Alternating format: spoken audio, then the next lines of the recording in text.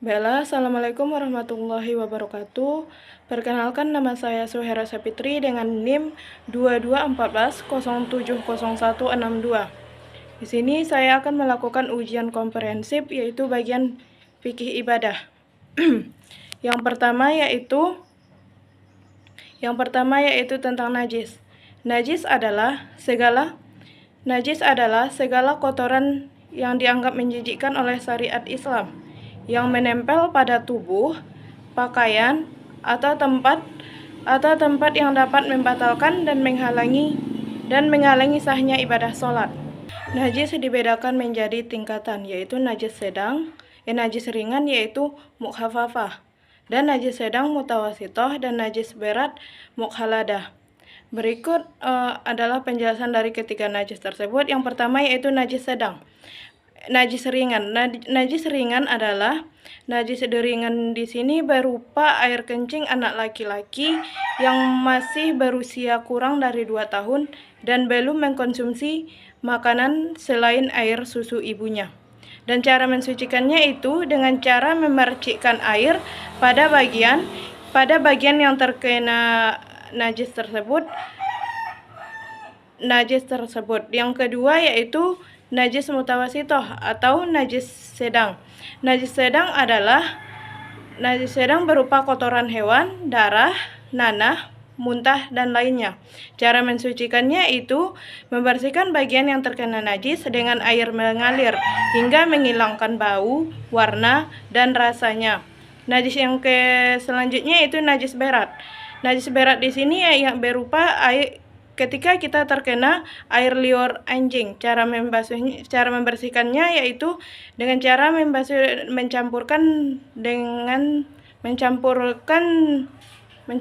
air membasuhnya sebanyak 7 kali, mencampurkannya dengan tanah bisa disebut juga dengan cara menyamak. Soal selanjutnya yaitu macam-macam air. Dalam ilmu fikih, air dibagi menjadi 4, yaitu air mutlak, yaitu air suci dan mensucikan. Air mustakmal, suci tetapi tidak mensucikan. Air musammas, air makruh, dan air mutanajis. Di sini saya jelaskan air mensucikan yaitu air yang masih murni, belum berubah salah satu sifat bau, rasa, dan warna, karena belum tercampur dengan benda lain. Ini dapat digunakan untuk bersuci, contohnya air hujan, air laut, air sungai, dan air sumur. Yang selanjutnya air mustakmal, air suci tapi tidak mensucikan. Air ini adalah secara zat suci tetapi tidak bisa digunakan untuk bersuci, berwudu atau mandi. Yang selanjutnya air musammas. Air sumur musammas adalah air makruh yang terkena di bawah terik matahari dalam wadah logam selain emas, seperti tembaga emas. Dan selanjutnya air mutanajis. Air mutanajis adalah air yang terkena najis yang sudah berubah bau, rasa, dan warnanya. Cara penggunaan air di sini adalah untuk bersuci, menghilangkan hadas, dan menghilangkan najis.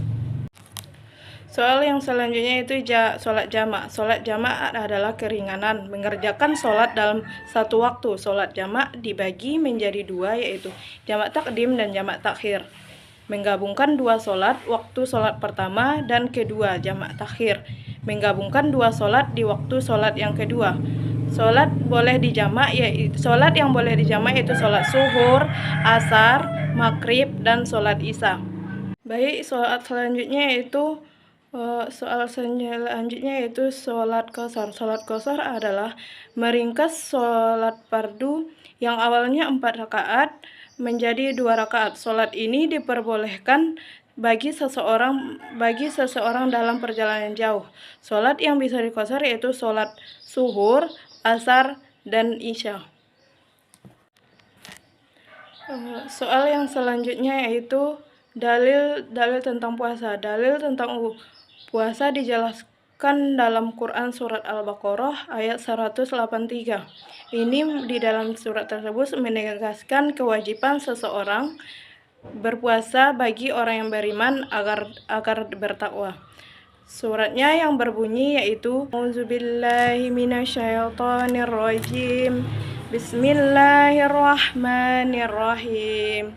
Ya ayyuhallazina amanu kutiba alal ladzina alakumusiyam kama kutiba alal ladzina min qablikum la'allakum tattaqun.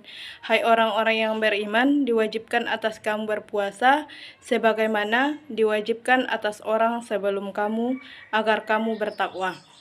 Dan selanjutnya hal-hal yang membatalkan puasa. Hal-hal yang membatalkan puasa adalah memasukkan sesuatu ke dalam mulut dengan sengaja. Dengan sengaja seperti makan, minum, merokok. Yang selanjutnya berhubungan seksual di siang hari. Muntah dengan sengaja dan mengalami haid atau nifas. Keluarnya mani disengaja, gila atau hilang akal, dan murtad. Soal selanjutnya yaitu tentang zakat. Zakat adalah rukun Islam berupa harta tertentu yang wajib dikeluarkan oleh seorang muslim untuk diberikan kepada golongan yang berhak menerimanya. Zakat di sini terbagi menjadi dua, zakat fitrah dan zakat mal. Zakat fitrah adalah zakat yang dikeluarkan oleh setiap muslim, baik laki-laki maupun perempuan dewasa ataupun anak-anak, pada bulan Ramadan hingga sebelum sholat Idul Fitri.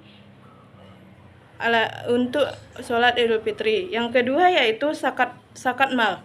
Zakat mal yaitu zakat yang wajib dikeluarkan atas harta yang dimiliki apabila telah mencapai nisab dan haul. Beberapa jenis zakat mal meliputi zakat emas, perak, dan logam dan lain-lainnya. Soal selanjutnya yaitu tentang haji. Syarat haji yaitu Islam, balik, berakal, merdeka, dan mampu. Sedangkan sunat haji yaitu mandi sebelum ihram, menggunakan wangi-wangian sebelum memakai pakaian ihram, melafalkan kalimat talbiyah selama ihram, tawaf, sholat sunat setelah tawaf, menginap di Musdalifah dan bermalam di Mina, serta mencium Hajar Aswad. Sedangkan rukun haji yaitu ihram, wukuf atau berdiam diri, tawaf, sa'i, tahallul yaitu mencukur rambut, dan yang terakhir yaitu tertib. Soal selanjutnya yaitu makanan dan minuman yang halal dan yang haram. Makanan yang minuman yang halal yaitu yang diperbolehkan secara syariat Islam dan tidak membahayakan dan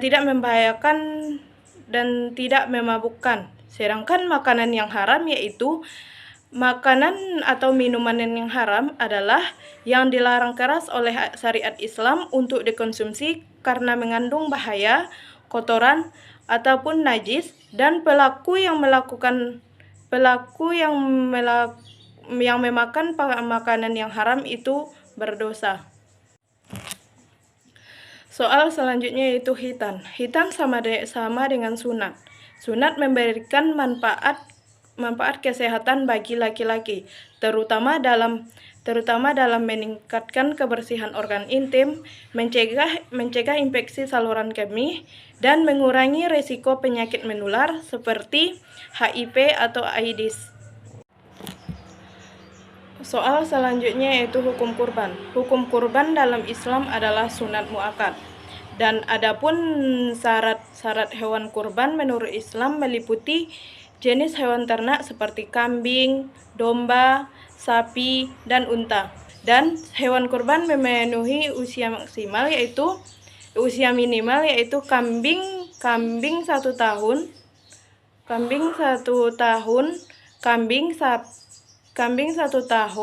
sapi 2 tahun, sedangkan unta minimal usianya yaitu 5 tahun.